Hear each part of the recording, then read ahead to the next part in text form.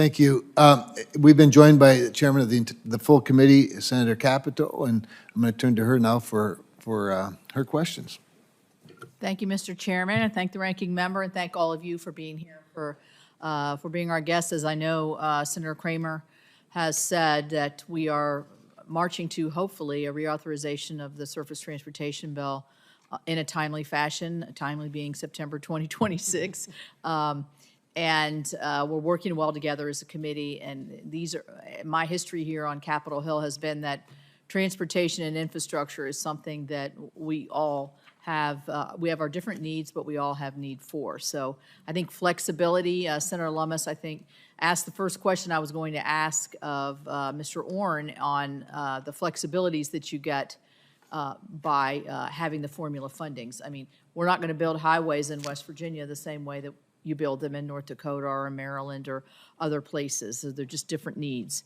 So I'll leave that question because I think you answered that. But I think one of the things that is important as well is permitting reform. I think if we can get bipartisan permitting reform, all of these dollars will go a lot faster and a lot more efficiently than they have in the past. Do you, Mr. Orrin, or Ms. Jones, or Ms. Biddle have any comment on permitting reform?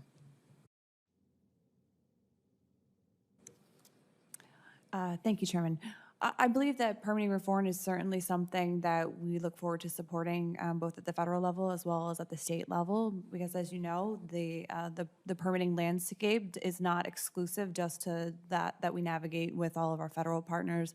The state of Maryland, we have robust state permitting as well. So coordinating both the sequence of permits on both levels can be extremely challenging. And to Mr. Warren's experience of, I don't share in the extremely limited construction season that he does, but I know that even in the state of Maryland, looking at things like when we can do work in and around streams and things like that, right. We really want to make sure that we are taking advantage of every available window. And oftentimes it can be things like permits that can cause us to perhaps lose a moment of opportunity. Right. So certainly agree with you in that sense. Thank you. Let me follow up with you on another question.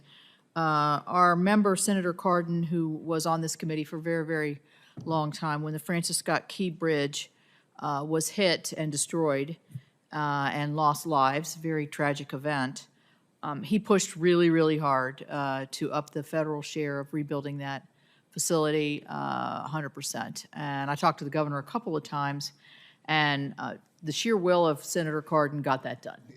And so it was a big lift for him. But could you update me on the status of the reconstruction of the bill and tell us the current cost estimate for that bridge?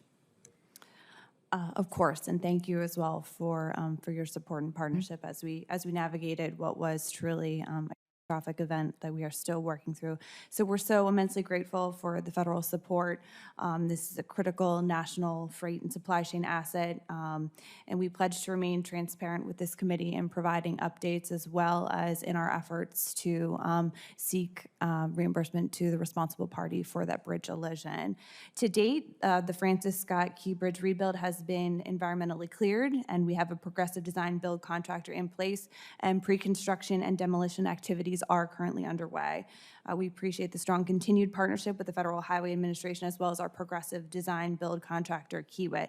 And we do remain on track to deliver a new bridge as quickly and cost effectively as possible. However, due to the progressive design build process that we're working through, we are currently still tracking the initial cost estimate from earlier on in the bridge rebuild. Do you recall process. what the initial estimate of that project was? Yes, $1.7 to $1.9 billion. Right. And what is it now?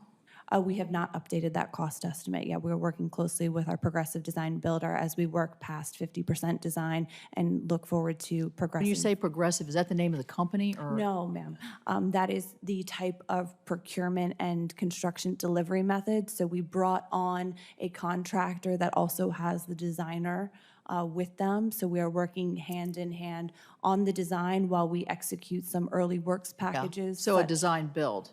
design build, but the cost was not negotiated up front. So as we work through the design process, we will then get to the point at which we will negotiate the final cost of the bridge. Yeah, so I could just kind of add a little spice to the meeting here. I can say this was one of the reasons that the cost share by the state, many of us thought the state should still contribute in the usual, what it was either 90-10 or 80-20, because really there's no incentive for the state now to contain the cost, because there's no cost to the state.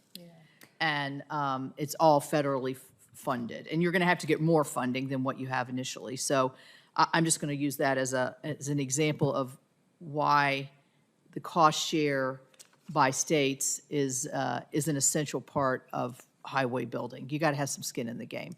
Understanding that this was an exceptional case, which is why we made the exception for that. The last thing I would say, because I'm sitting next to Senator Lummis, is truck parking.